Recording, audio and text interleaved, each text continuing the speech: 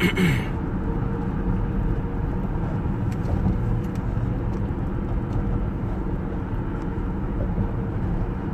going on, y'all?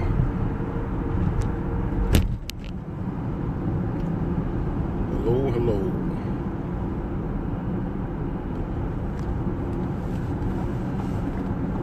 What's going on, y'all?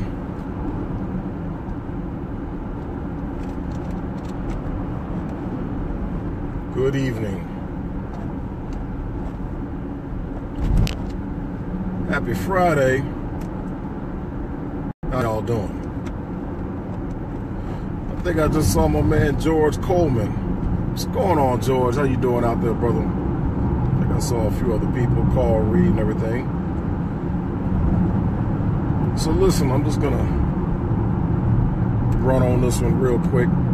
So, I'm one of those people, I don't sleep much.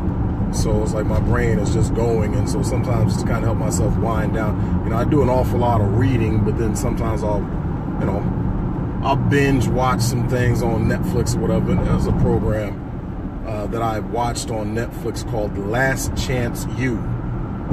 It's a really, really good program, but just captivating and disturbing at the same time. It's a program about Eastern Mississippi Community College, which is a junior college, and it's a junior college football powerhouse. And so really, really fascinating because, this is one of those schools where basically a lot of those guys who maybe they got picked up, top-notch football players who maybe initially out of high school or whatever were looked at by, the big programs, the Michigans, the Florida States, the, Alabamas, Auburn, so on and so forth. But for one reason or another, whether it was disciplinary issues, academics, or what have you, they got let go from those bigger schools, and so they've had to go to JUCO, the junior college, community college level, to get eligible or whatever like that and be able before they come back. And so Eastern Mississippi Community College is a powerhouse. They've won like 3 national championships and so on and so forth. But, just one of those things. And I've been talking to one of my boys, Steve, who also coaches like Pop Warner football and everything like that. And it just really got me thinking, man, about what irks me about this whole situation is the academic aspect. Well, it's not even just academic. It's holistic. It's the fact that these young men are very talented football players. They're talented athletically. But across the board, they all lack self-discipline. Every single one of them. None of them are disciplined. They're constant. And what's interesting is that how they respond to discipline from football coaches. It's interesting, like, if you're like a feminazi, you would just be triggered by watching the way the coaches talk to these boys. And if you ever played sports, you know that, coaches, especially when they're dealing with males, have a tendency to use colorful language, and everybody responds to different types of coaching. Some people respond better to a coach who is in your face or whatever like that, and some guys shut down. One of the things that I've heard is, we'll take Duke University, for example. One of the things that I've heard is that Coach K from Duke, who is, whether you like him or not, it doesn't really matter. I don't really care how you feel about Coach K. His stats are what they are. I'm a Michigan fan. I don't like Duke, and I still remember Duke knocking off Michigan in the national championship, so I don't like Duke. But man, it's freaking Coach K. Coach K is Coach K. He's the winningest coach in college history, and if you don't like Duke University, he still won 2 gold medals as the head coach of the Olympic basketball team, and there's a reason why he's in the position he's in. He's been, he helped the assistant coach of the Dream Team. Long story short, don't care about your feelings. His resume stands for itself. And here's one of the reasons why Coach K has the success that he has is, and people get mad, he said, listen, he essentially, from what I've heard, he will not recruit, rarely ever will he recruit young men who did not come from a background where they had a father actively involved in their life. because from his standpoint, those young men are less coachable. Now, this man's been coaching for 30 years, so I think he has some experience, you know, some to back up, right? You know, to back up that assertion that he essentially won't recruit or is not likely to recruit young men who don't have father figures in their life, active father figures, or did not grow up with a father in the house, because they tend to be less coachable. And, you know, but coaching matters, right? Mentorship matters. I think I did a video about that one time before. But this head coach, Buddy Stevens of Eastern Mississippi, I mean, he's a good coach. He's very good at what he does. He's very good at taking talent and getting the best out of these young boys, or young men. They're not boys. They're over 18 years old. They're young males. They're young men. But the thing that just frustrates me, and he demands, any good coach demands more out of your players. That's what a good coach does. A coach sets a high bar and demands that you strive to reach that high bar. And I just find myself sitting there thinking, like, why is it that we don't have that same mindset for young black males overall? You know, why do we, like, coaches in athletics don't coddle, you know, their players. If you screw up, they're telling you screw up. They'll be in your face telling you that you screwed up.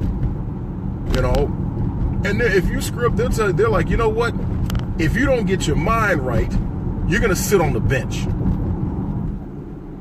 And you know what? You either suck it up and get better, or you sit on the bench. And I find myself sitting there, because men, by and large, respond to that. Even those males who, in most cases, like at Eastern Mississippi Community College, I think there was only like one boy, you know, two of the players, as I'm watching through this program, only two of them that I've seen thus far have a father figure in their life. You know, and actually those are the two most emotionally stable. Those are the two who tend to respond the best to the coaching overall, because they have an older male father figure in their life. But anyway, I mean, and I don't want to spoil it for you. I've been telling a bunch of people, man, you need to check this program out. If you're going to binge watch anything over the weekend, you know, check out Last Chance U on Netflix. It's just, I mean, especially if you like football, it's a very deep program, a lot of stuff to think about. But long story short, you know, we really need to stop coddling males. You know, males in general, it's like, oh my God, I see so much weakness, mental and emotional weakness in so many males, and it's just disturbing. But, you know, in this case, I'm speaking more specifically about young black males. And even from an education standpoint, I was looking at some of the stats. And, for example, the high school graduation rate for young black males across the board, if I remember correctly, is somewhere in the neighborhood of like 47%. So I'd seen some other numbers at one point saying it was as low as 33%, but the most recent numbers I looked at said it's 47%. And you know, what trips me out is, like, you're looking at these young males who are attending Eastern Mississippi Community College, and I'm just going to be honest, a lot of these young males sound like runaway slaves. Like, I'm listening to the way you speak English, and I'm like, really? Like, I almost have to slow down and say, what did he just say?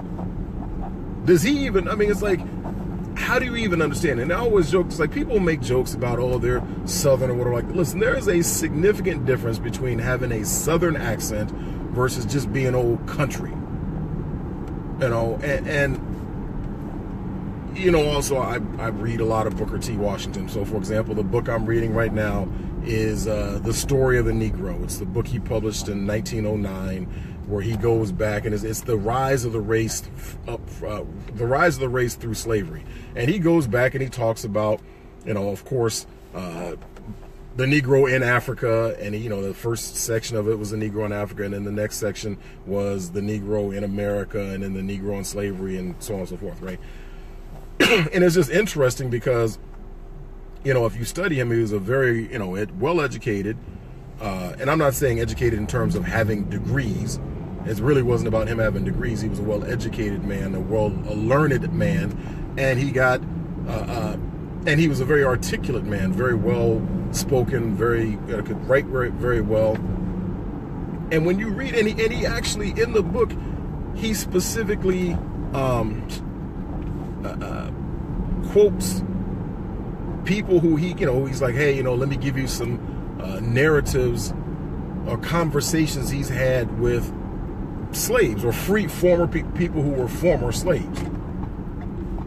And it's just fascinating because here you have him going from his articulate self to he's quoting, and he's having to write it out. Like I have to, because I see my homegirl Vanessa Anderson, who we had this little running joke because nobody imitates slave speech better than Vanessa. Like I'm just wondering, how do you even spell those things? But anyway, long story short, he will say, yes, I was talking to this gentleman who was a slave, and this gentleman was saying this or that, and he's writing it out of how this gentleman was communicating.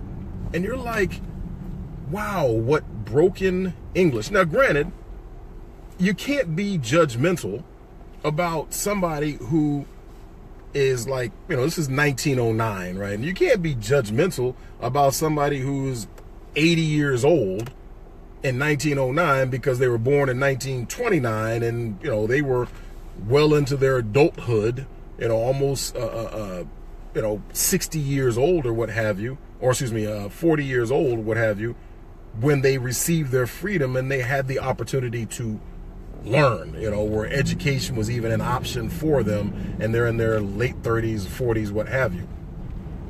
And so you can't, criticize them for the way they speak English at that stage, given their background.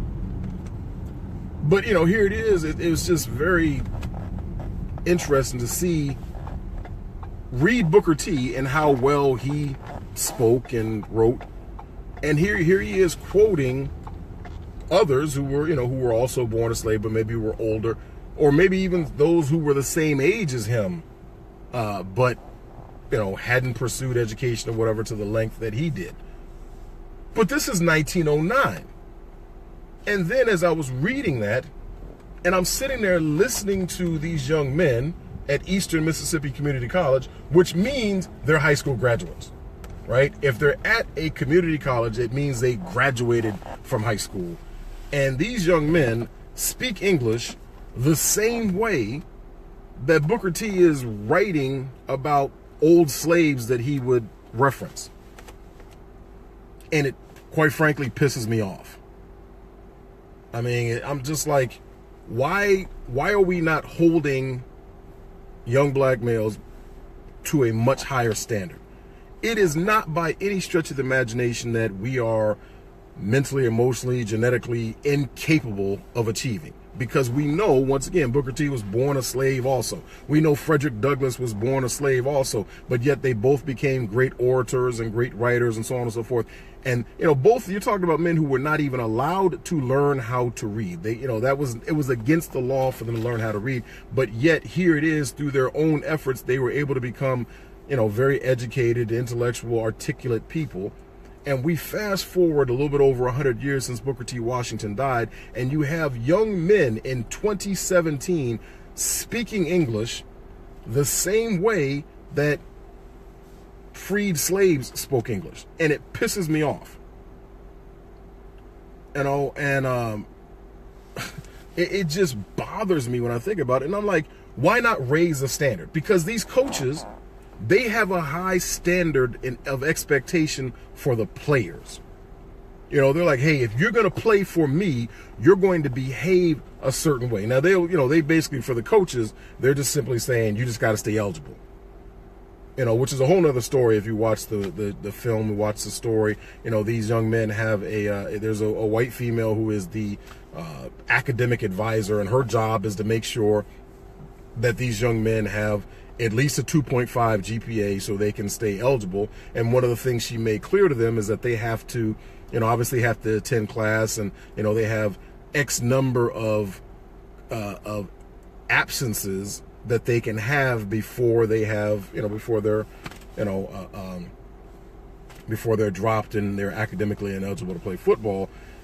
And when you're watching this this video, one of the things you notice is like, now this is Scuba, Mississippi. You probably never heard of Scuba, Mississippi, and nobody else, if you had never heard of Scuba, Mississippi until they watched Last Chance U, because it's out in the middle of freaking nowhere. It's, you know, I mean, seriously, like, how many people can even name a major city in Mississippi to begin with? You know, if you're not from the South, nobody can tell you about towns or cities in Mississippi anyway. And this is a very small town out in the middle of nowhere in Mississippi. And if it weren't for the fact that they have a kick-butt football team, nobody would ever hear of Scuba, Mississippi. But anyway, Biloxi, right? You know, Biloxi Blues. That's from movies. People know that from movies. But long story short, you know, listen, these coaches, it is their response. They're paid to coach football. And this academic advisor is paid to make sure these young men stay eligible. But I just have a problem with the fact that these young men were essentially, you know, they're high school push-outs. They're not really high school graduates. I mean, let's just be honest about, high school, the public education system in the United States. It is set up in such a way so that if you are an individual of average intelligence and you attend class on a regular basis and you do an average amount of work, you will graduate. You will be a high school graduate. That's what will happen. If you're a person of average intelligence who regularly attends class and puts forth an average amount of effort, you will be a high school graduate, a high school push-out, but, you know, technically you'll be a high school graduate, which allows you to now be eligible to go out there to essentially apply for many minimum wage jobs. Right? It essentially sets you up to be a worker bee the rest of your life if you've just done an average amount of work while you were in high school. You know, but why not raise the bar? Now, and now, if you watch the show, one of the things you'll see is the backgrounds. And once again, most of these young men come from dysfunctional backgrounds. I mean, it's just no other way to put it. I mean, you know, and you get the social aspect, and you see some of their, you know, the backgrounds are highlighted or whatever. And what's crazy, these young men, in so many cases, they know this is their out. You know, football is their way out. But yet, you know, and now most, you know, all of them have the dream of going to the league, which is just ridiculous when you think about it. You know, they're having, that's the thing. Eastern Mississippi Community College has had, I think, you know, 5 or 10 or whatever like that, guys who left there, transitioned to a big D1 school, and have now since gone on to the NFL. So, I mean, yes, it's not a ridiculous thing because it's happened, right? Especially since Coach Buddy Stevens has been there. You know, but, you know, they all have the dream of the league, but they also know that, you know, 98% of them will never go to the league.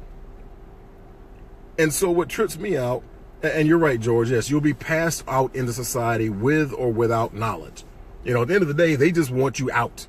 You know, that's it, is that they just want you out, you know, and so they'll hand you a piece of paper, which Dr. Walter Williams, who's a professor here at the George Mason University in Fairfax, Virginia, you know, he has said that on many occasions that we've perpetrated a fraud against many of these young people by giving them a high school diploma that is supposed to mean that they're able to read and write and do math and so on and so forth at a 12th grade level, when in reality, so many of these young men and women are leaving school and they're not at that level. That so many of them are leaving at, and they're reading and writing and doing arithmetic at essentially like an 8th grade level, but we hand them this piece of paper that certifies that they can do 12th grade math. And so what's interesting is that these young men, for example, Eastern Mississippi Community College, are, you know, you can tell, I mean, they're only there for like 6 months. They all know they're there for the spring or for the fall semester to play football, to get seen by a larger school so they can go on to that larger school. You know, and they're there to do the bare minimum. None of these young men have shown an effort in excelling academically. Now, the interesting thing is Once again, this school is out in the middle of freaking nowhere. And, all these young men are like, man, there's nothing to do. They're like, you know what we do? We go to class barely, and we play football, and then we sit around and play video games. There's nothing to do. There's no significant town anywhere nearby. But what's fascinating is that still, many of them often miss class. And I'm like, well, what are you doing? If there's nothing to do, you should at least be going to class. Why is the academic advisor having to chase you down? And I just think it's like, how are we as a society, why are we not raising the standard? Why are we not telling it? Once again, it is not by any stretch of the imagination that black males cannot learn. If you think that black people cannot learn, you're a moron. Go screw yourself. Right? I mean, seriously. Don't even come at me with that crap. It has nothing whatsoever to do with any sort of genetic inferiority where people who have more melanin in their skin somehow can't learn.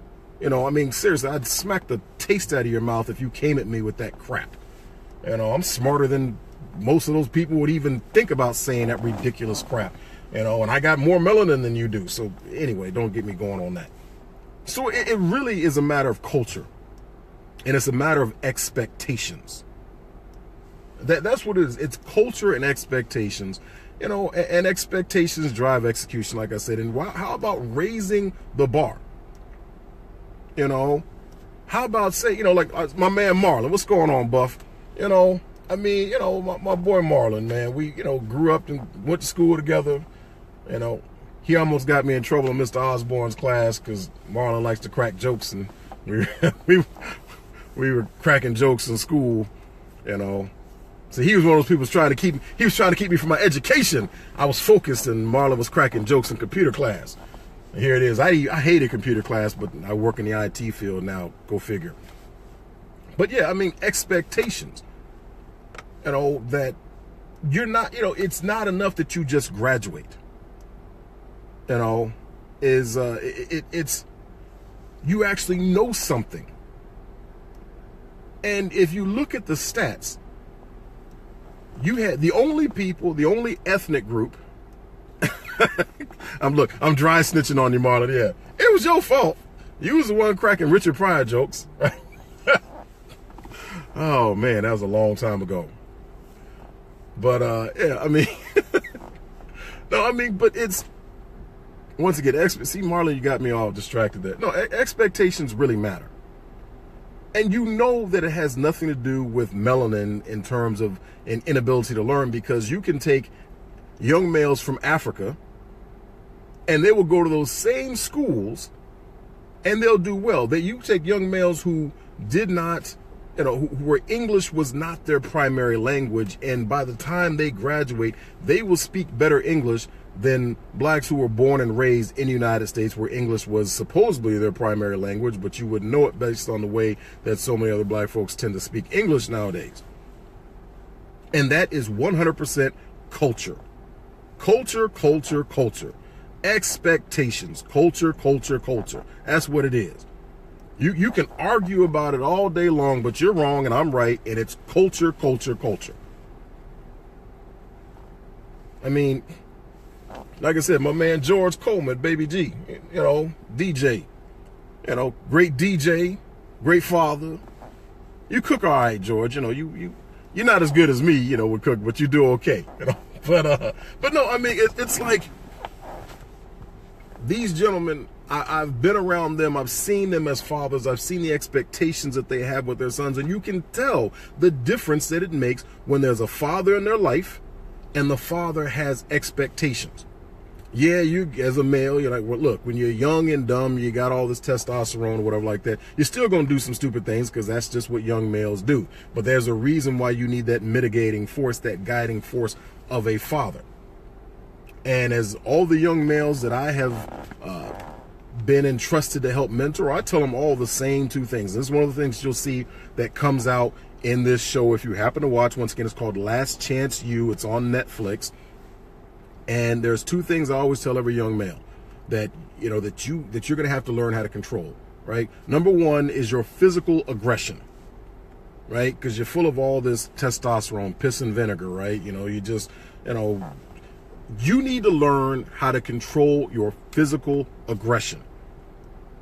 If you don't, you're going to get dead, right? Young black males, males in general, but especially young black males who don't learn how to control their physical aggression end up dead or in jail. It's just it. I mean, look, here's some stats, and this is, don't quote me on the exact stats, but they're a good approximation that, think about it. Black folks make up approximately 12.5, we'll call it 13% of the population of this country. So that would mean that black males make up about, 6.5 to 7% of the population. Now, here's the ugly truth. We have to deal with, because this is one of the things I always do. I always like to put the truth out there, because the only way you can solve a problem is if you have the facts in front of you. If you have to deal with life as it is if you want to solve problems. And the reality is that young black males between the ages of about 16 to the age of 30 commit the overwhelming majority of violent crimes among the black community. It's like something like, and cops will all tell you this. You see, folks get upset and they talk about police brutality, and that's, listen, you don't think the cops know the numbers? Right? The cops know the numbers. They know that, like, young black males between the ages of like 16 and 30 are like 2% of the entire population. Yet young black males between the ages of 16 and 30 commit something like, and once again, don't quote me on the exact numbers, but I can provide it later on, an approximation of like 35% of all violent crimes in the United States are committed by young black males between the ages of 16 and 30. Why? Because we're not culturally teaching them to control physical aggression, right? So number one, you have to teach these young black males to control their physical aggression. The second thing is to control your sexual urges. I mean, that's it. If you can, as a young black male, if you can control your physical urges, your physical aggression and your sexual urges, you're like, you're halfway home. You can more or less lead a successful life, right? Because we know what are the things that you have to do to avoid poverty. It's real simple. Number one, graduate from high school and preferably go on to some kind of college or tech school, vocational training. And nowadays, I'm just going to tell you, if you're going to go and get a degree in gender studies or social services or whatever like that, man, skip that crap. Skip the thousands of dollars in loans and skip the, 4 years of college and so on and so forth. Go to a technical school. There is a great demand for vocational training right now, and you'll make a lot more money quicker and be able to be a productive member of society without the massive amount of debts if you take your behind to vocational school. But you got to at least graduate from high school. You got to get that scholastic education where you at least learn to be competent at reading, writing, and doing arithmetic. Okay? Do that. So number one, graduate from high school, and it preferably go on to some kind of college or technical school. Number two, don't get married until you're at least 21. Now, listen, the goal, in case ain't nobody told you, right? So I'm going to speak to you. In case no one has told you, the goal is to get married. Yes, you should get married. You don't want to be an old player, right? No, you're not. There's no such thing as the cool old dude at the club. You're not cool. The goal is to get married because that stabilizes you and it stabilizes society overall. Find one woman and get married to her. One. You don't need all of them. Find one. Right? So graduate from high school. Don't get married till you're at least 21, but by all means get married. Now you can get married younger and that'll just be a little bit more of a challenge, but don't get married till you're at least 21, which means after you graduate from high school, take some time to stabilize yourself. Once again, go to college or go and get some vocational training. Get a trade, get a craft, get the ability to support yourself, and then find a wife. You ain't trying to have all the hoes. You need one woman. One. Because everything else is a headache. Trust me, I tried it. One woman. The second thing, so that's the second thing. The third thing is don't have any children unless you're married. Every dude I know will tell you that so much drama that comes from having children outside of wedlock. It just is what it is. Because you got somebody knocked up, you got a baby mama, and now all of a sudden, 9 times out of 10, the state is involved. You don't want the state involved in your life in any way, shape, or form. Think about it. It's like just going to the DMV alone, going to the post office. Nothing good comes from getting involved in the state. So if you have a child outside of wedlock, guess what? You just open the door for the state to get involved in your life. Mess around and miss those child support payments, your behind's going to jail. That's why, you know what? Guys who have one wife, one woman, and have all their kids from one woman that they're married to, they just don't have all that drama. So wait until you're at least 21 to get married. By all means, get married and have your children with that one woman. I see, brother Gary Hardwick, all that. Like I said, Gary's been married for 20 something years. Gary has one wife. Gary has all his kids from that one woman. He's avoided a lot of drama by having one wife that he's had all of his kids from that one wife. So, number 1, graduate from high school. I'm going to keep repeating it. Number 2, don't get married till you're 21. Number 3, don't have any kids unless you're married. Number 4, get a job, any job, and keep it. There's a lot to be said for job stability. Get a job, any job, and keep it. It says a lot about a man that a man is able to maintain a job. Going back to the show, Last Chance U, one of the things that you're finding is that you had this academic advisor is having to cajole these young men to take their behind the class. Well, you know what? As a supervisor, listen, you get X amount of unexcused absences. Now, you have vacation time, right? I mean, you get I don't know, what did I have? I mean, I think you get nowadays they tend to roll your sick leave and vacation time, that you can have X amount of sick leave where you can just call and say, hey, I'm not making it, right? And exactly, be like George and get multiple jobs. If you're a real man, don't be afraid to work. It's good for you. You know what? When you're at work, you're less likely to get in trouble. But, she's having to tell these young men, take your behind the class. You are here. Yes, you're here to play football, but you can't play football if you're not academically eligible. And if you don't go to class, you won't stay eligible. So it's all for naught. That's the thing she had to keep. And it just pissed me off. I wanted to reach through the screen and pip slap these dudes. Man, if you don't take your behind the class, she's trying to talk to these young men, and they're walking away. She tries to call them hey, where are you? They're hanging up the phone. Man, please. Woo. And maybe they're doing it with her because she's a woman. I bet they wouldn't hang up the phone on a coach like that. But yeah, get a job, any job, and keep it. And the fifth, so number 1, graduate from high school and preferably going to some kind of college or technical school. Number 2, don't get married unless you're at least 21. Number 3, don't have any kids until you're married. Number 4, get a job, any job, and keep it. And the 5th thing you can do to avoid poverty is, man, don't do nothing. Not a thing. Do not do anything to end up in the clutches of the criminal justice system. If your boys are yo, man, let's go do this. Nah, bruh, can't do it. Why? Because it'll end up in jail. That's just it.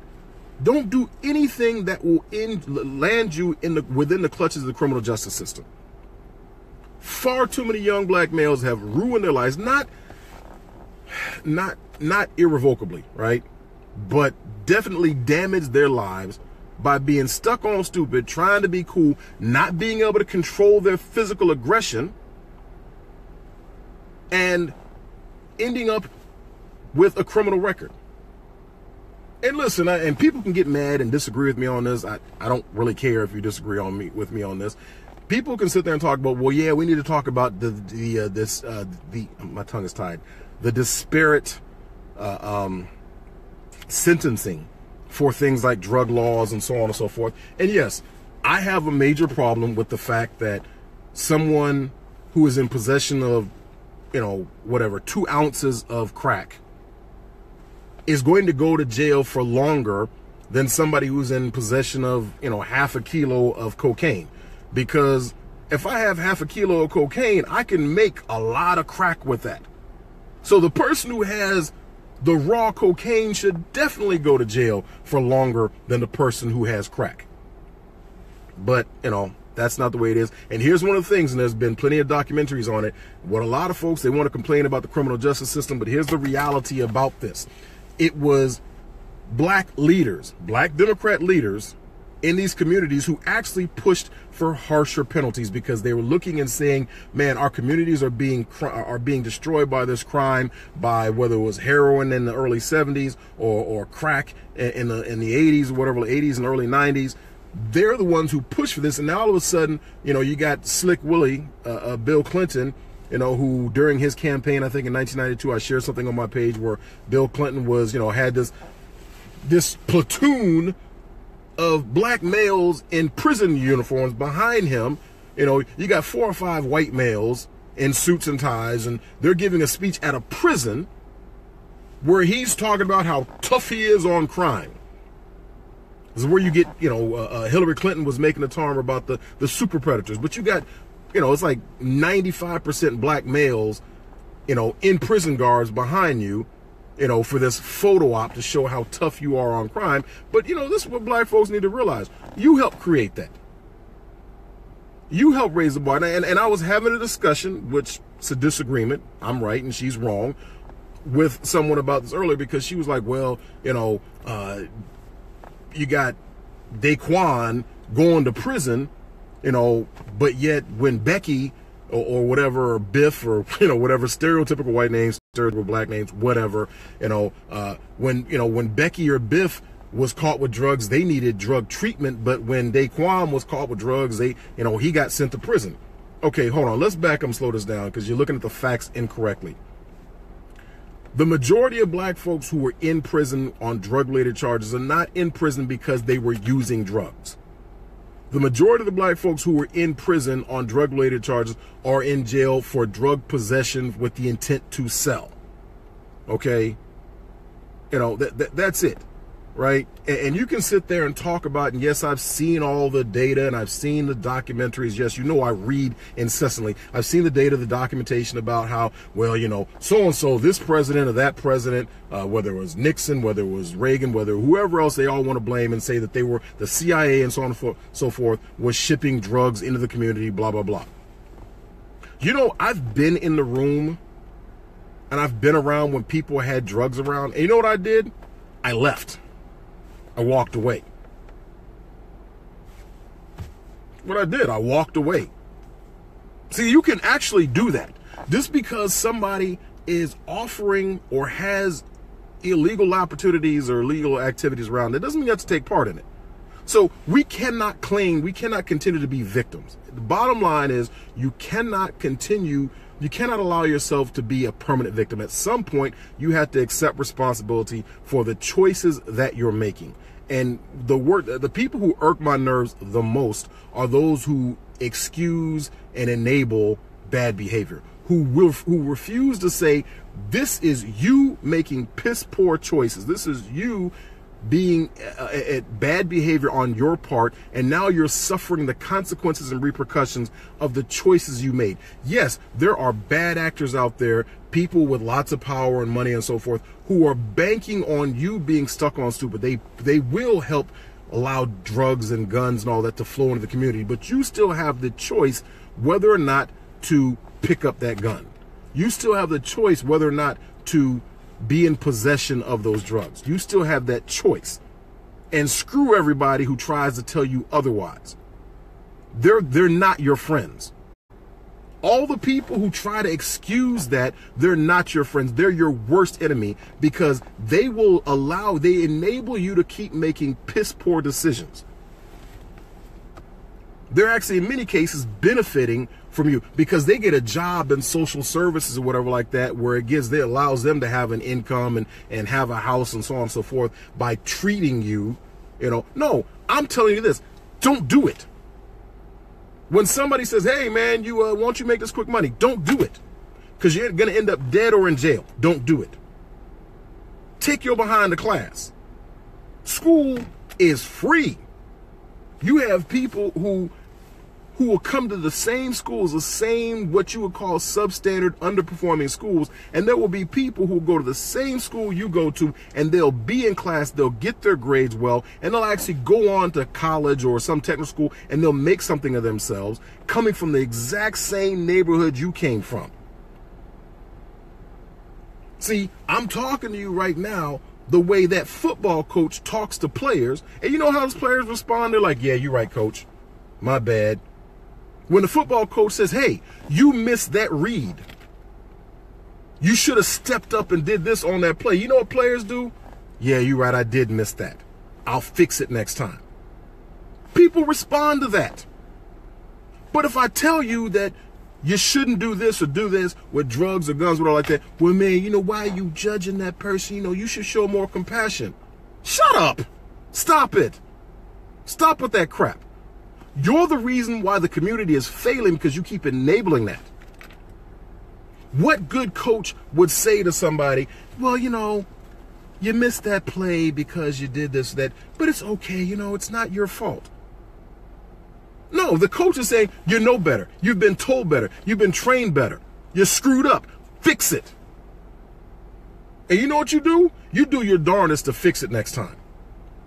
That's what happens. That's what a coach, that's what a mentor does. But too many people are trying to enable these young men, and you've done a terrible disservice to them.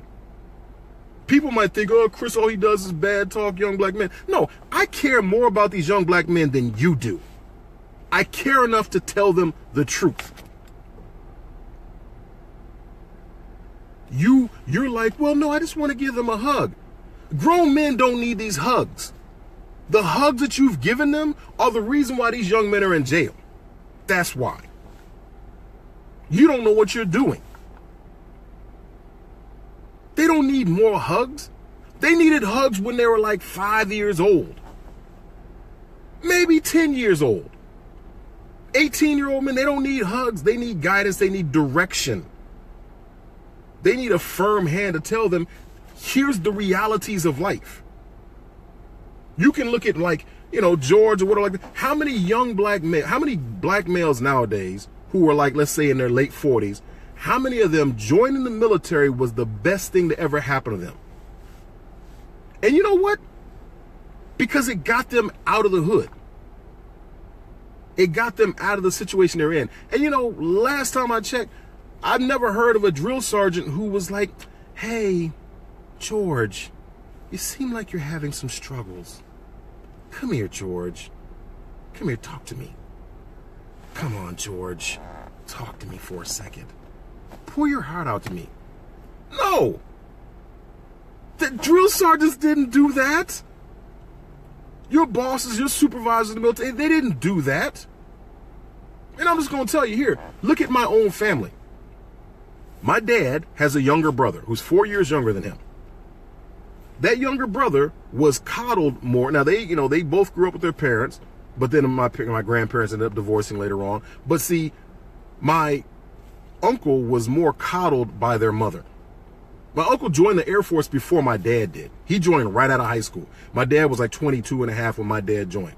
There was a picture of my dad and his younger brothers in the Air Force at the same time. But see, because my uncle was coddled more, he got, he basically, he was more mouthy and he was allowed to get away with it. And he'll tell you, he and I had a long conversation because I didn't have much of a relationship with his uncle. Quite literally, I didn't talk to him for, not that there was anything wrong, I just didn't talk to him. We never had a relationship to develop. But when we did first talk, really for about a year or two ago, he told me what happened. He basically said, I screwed up. He said, I should have manned up. The military told him, we're going to send you to Turkey. And he put up a big big fight. He whined and moaned and so on and so forth, and he got in trouble. But then my grandmother, who has a history of coddling people, and don't even get me started on my grandmother, I'm going to honor my grandmother, and I'm not going to tell you the real deal about my dad's mother. I don't really call her my grandmother. I call her that's my dad's mother. But yeah, she did a terrible disservice for him by helping him to get out of the military. And I'll tell you, he'll tell you today, he's 62. His life is in shambles. Everything about his life is in shambles. And he told me directly, he said, nephew, I'm going to tell you, my life went downhill from that point. Nothing in my life has gotten better. I mean, and there's a whole long story. I won't go into full details. I got one of my cousins who's on Facebook, and once again, it's not even worth going into full details. But long story short, he screwed up every aspect of his life. Now, here's the thing, because unfortunately, like my grandfather was killed by a drunk driver, and so that didn't help things, because then he lost that guiding force in his father at that point, and so the only one left was the mother who coddled him and enabled him in making a piss poor decision, and nothing in my uncle's life has been right in the past 40 years. Nothing. That's why I say, man, quit coddling males. There's that old school joke, man, hey, you know what? Rub some dirt on it, right? Take a lap. Drop and give me 20. There's a lot to be said for that. See, we have all this new age thinking like, oh no, we need to care more about feelings and so on and so forth. Shut up. That's why you got millennials out there like this the way they are. Adult males talking about how they're triggered. Lord Jesus. You're an adult male? And you're like, well, I saw this or that and it triggered me. I don't feel safe. Ooh. You don't feel safe? You're a grown man. Well, I don't feel safe. You're not supposed to feel safe as a grown man. Who told you that as a grown man you're supposed to walk around feeling safe? Grown men are not looking for safety. Your punk butt self. I mean, seriously, who told you that you're supposed to have safety as a grown man? And that nobody's supposed to be. Listen, I mean, women can get mad at me about this. Look, I have a different standard for women than I do for men. That's just it. When women act irrational, okay, you got estrogen and it bees like that sometimes, right? I mean, seriously, get mad at me if you want to. I have a different standard for conduct with males than I do for females. I hate when males act, as I call it, emotional. I hate it with a passion. I hate seeing it. Because I know you don't actually, a male who is emotional, hyper emotional, doesn't even respect himself. So you ain't getting respect from anybody else. Seriously, hyper-emotional males do not respect themselves. You're not going to convince me that when you run around and say that, well, I was triggered, or he used a phrase that hurt my feelings, you really going to try to convince me that you're secure in your manhood and your masculinity? Shut up. Stop lying. You can put it like this. Keep lying to yourself.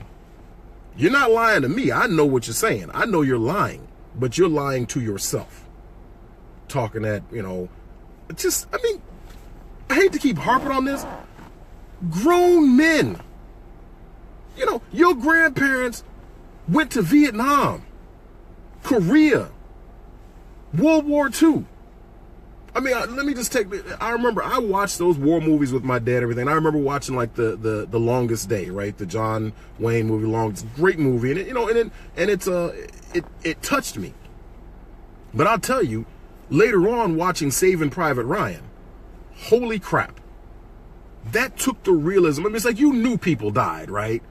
I mean, you knew when you watched The Longest Day that people were dying. I mean, even when we were boys, and like one of my oldest friends, Roy, and we talked about it, we played cops and robbers, we played soldier, and, we did the bang, you got me, you shot me, you got me, and you'd fall, right? You had to play dead. And when you watch movies like, The Longest Day, you would see, yeah, somebody got shot and they were like, oh, you got me, and they fall down. But when you watch the realistic version of what happened with Saving Private Ryan, and as soon as that ramp came down, a hail of bullets came in, and these dudes were shredded. Because you understand what all those weapons they were using were 30 caliber bullets.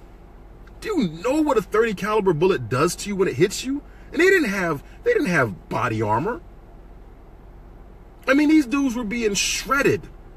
And they're like jumping over the side, trying to, get out of the way of the bullets. They're jumping over the side and the water's still too deep and they got 50 pounds of equipment and they're drowning. And it's like, I can't get out of the water because I'll get shot. If I stay in the water, I'll drown. And these men were like 21 years old, but they voluntarily did this. And some of them were wetting their pants because they knew I'm probably going to die doing this, but they still went. And you got 21-year-old gender studies majors wetting their pants because someone used a word that triggered them. Just backhand of, ooh, man. I actually feel sorry for the women that you have to choose a husband, or maybe you won't, because nowadays, half the women nowadays are like lesbians already, right? But you're supposed to going to choose a husband out of these beta males. But hey, you know what? You can choose these guys, and you guys will be a good match because, he has a bun like you have a bun, right? You guys both walk around with ponytails as men, man buns, right? He can tie his beard into, he's got a nice beard, and grow his beard into you can put pigtails in it, and that looks masculine while he's wearing jeans that would fit you. Can't change the tire, but he's got a good masculine beard. But no, you got to raise the bar. See, you took me all off. I went all off on a tangent. You have to raise the bar. And I'll just say this last thing.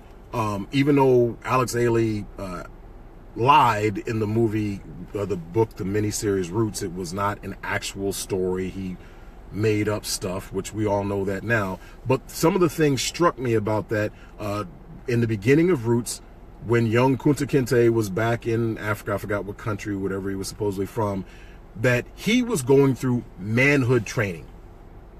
And isn't it a trip that across the board, almost every primitive culture requires males to go through manhood training? That as a male, you have to perform certain tasks. You have to get the approval of the elder males before you are regarded as a man. That's what all these so-called primitive cultures do. We're this advanced culture, and we give the label of man to boys once they get hair on their testicles and bass in their voice.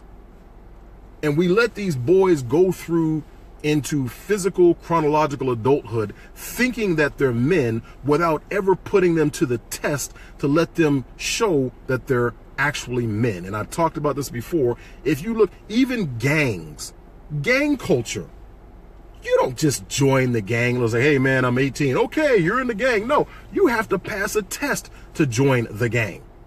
And all these boys want to pass a test. They want to hit a standard because the gangs even have a standard, even as heinous as it is, and requiring that you commit some violent crime, which is just abysmal.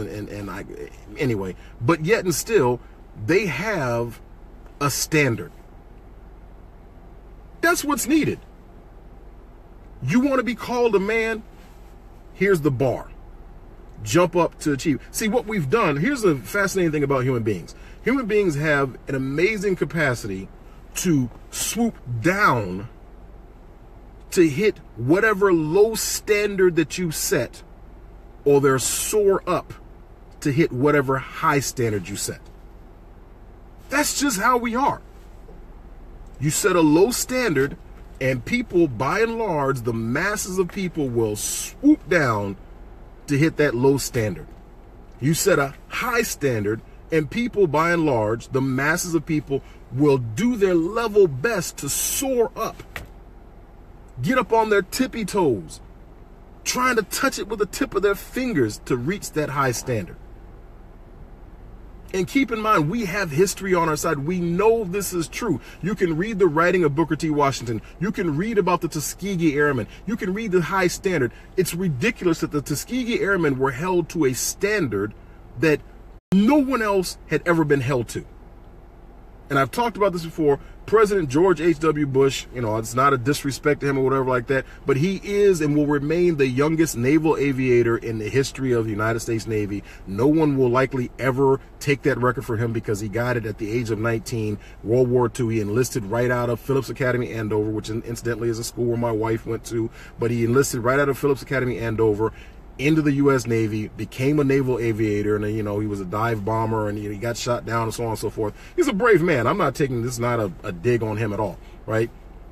But when we look at the Tuskegee Airmen, there was this idea, these ridiculous notions that blacks were genetically inherently superior, stupid stuff, inferior, stupid stuff like, well, they can't see at night, which I'm like, you're a moron.